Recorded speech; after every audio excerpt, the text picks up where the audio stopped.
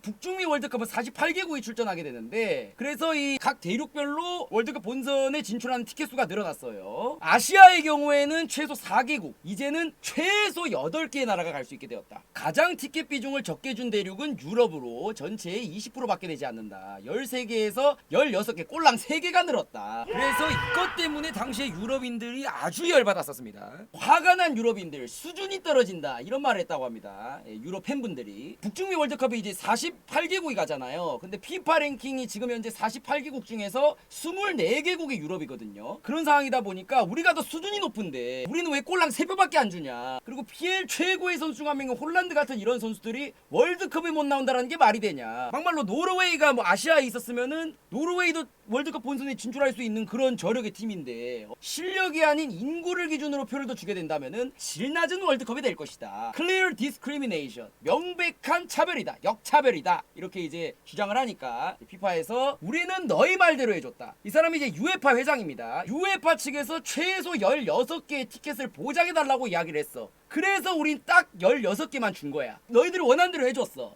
그리고 다른 대륙 월드컵 개최국들이 더 많은 대륙의 국가 참여를 희망하고 있다. 그 월드컵 참여국들을 그리고 굳이 늘린다라고 해서 이 월드컵의 수준이 크게 떨어질 일은 없다. 근데 이제 이렇게 이야기는 했지만 결론은 이거죠. 꼬우면 아시아처럼 인구 많던가, 꼬우면 시장 크던가, 사람 많이 살던가, 좀 이런 이야기가 아닌가. 유럽이 어떻게 보면은 3표를 주긴 했지만 이제 유럽 입장에서는 조금 아쉽다라고 생각을 하고 있어요. 유럽 사람들은 일반적으로. 그리고 이제 북중미 국가들, 이 소규모 국가들 있죠. 이 나라들에게 있어서는 엄청난 기회다. 기존에 이제 북중미 지역 같은 경우에는 3.5장을 줬는데 미국이랑 멕시코 없어지면은 캐나다까지 없어지잖아요. 그러면은 0.5장 남아요. 사실상 1.5장 아니면은 0.5장밖에 안 남습니다. 여기 동그라미 친 요 국가들 있죠. 요 조그마한 국가들이 그걸 갈라먹는 구조였는데, 이번에 북중미 월드컵 개최국인 이 3국을 제외하고 3.5장의 티켓이 더 늘어난 셈이거든요. 미국, 캐나다, 멕시코는 무조건 이제 본선에 가니까 개최국 자격으로. 그러니까 원래라면 얘네들 있죠. 얘네들은 1.5장 아니면은 0.5장밖에 안 됐어. 근데 이게 3.5장이 된 거예요. 이번 북중미 월드컵 때.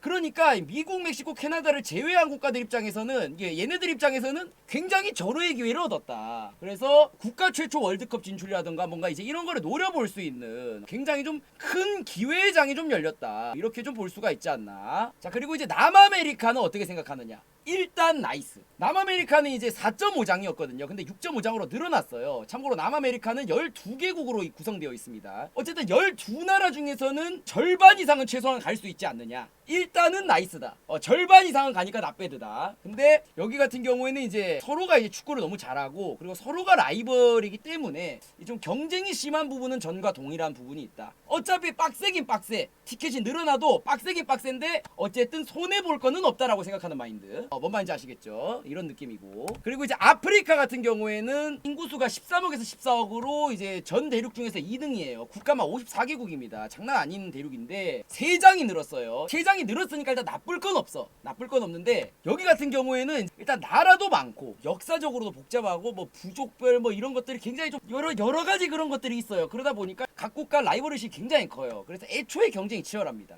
이제 늘긴 늘었으니까 나쁘지는 않은데, 그렇다고 해서 방심을 할 수는 없다. 체감상 막 진짜 우리가 유리해진 것 같아, 그런 느낌을 받기에는 조금 쉽지가 않다. 왜냐, 나라가 너무 많기 때문에. 이런 부분들이 좀 있고요. 자, 그 다음에 이번 월드컵 사실상 최대 수혜자 뉴질랜드 개나이스.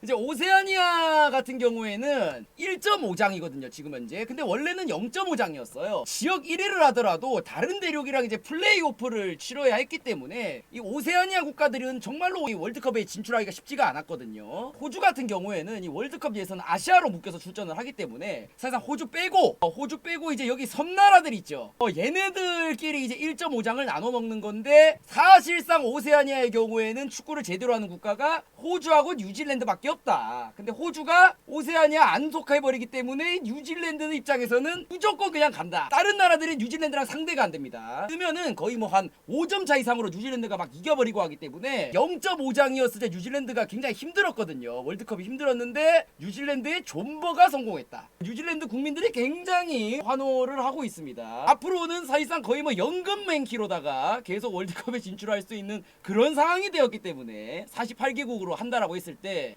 뉴질랜드는 무조건 이제 월드컵 본선에서 볼 수가 있다. 뉴질랜드 사람들이 굉장히 좋아하고 있다. 호주도 원래 오세아니아였거든요. 근데 호주의 경우에는 2005년에 AFC에 이제 가입을 했어요. 그래서 이 이후에 이제 아시안컵이라든지 월드컵 지역 예선 같은 경우에는 아시아랑 묶여서 이제 진행을 했었거든요. 근데 이제 왜 그랬느냐? 호주 역시 오세아니아 소속이었습니다. 원래는. 그런데 이때는 이제 월드컵 0.5장이잖아요. 오세아니아가. 그러니까 호주는 불만인 거야. 내가 여기서 1등을 해도 결국 플레이오프를 해야 되고, 그러니까 내가 아무리 잘해도 떨어질 위협이 너무 큰 거죠. 그래서 아시아에 편입되는 게 훨씬 낫다, 이렇게 판단을 해서 AFC에 가입을 했는데 갑자기 이렇게 되어버리니까 만약에 오세아니아에서 탈퇴를 안 했더라면 뉴질랜드랑 또 호주는 상대가 안 되거든요. 무조건 호주가 압승이거든요. 그렇기 때문에 캥거루가 눈물을 흘리고 있다. 그럼에도 AFC 편입 이후 5회 연속 월드컵 본선에 진출을 하고 있기 때문에 호주 자체가 아시아에서도 축구를 굉장히 잘하는 나라입니다. 그렇기 때문에 북중미 월드컵에서도 호주를 볼 가능성은 솔직히 높습니다. 아시아 2차 최종 예선 그룹 I 보시면은 호주가 지금 1등입니다. 5승입니다. 5승. 그러니까 뭐 좀 아쉬울 수는 있지만 뭐 그렇다고 해서 뭐 와 월드컵을 못 갈 정도로 손해다, 그런 건 전혀 아니다, 이렇게 보시면 될 것 같고요. 자, 아시아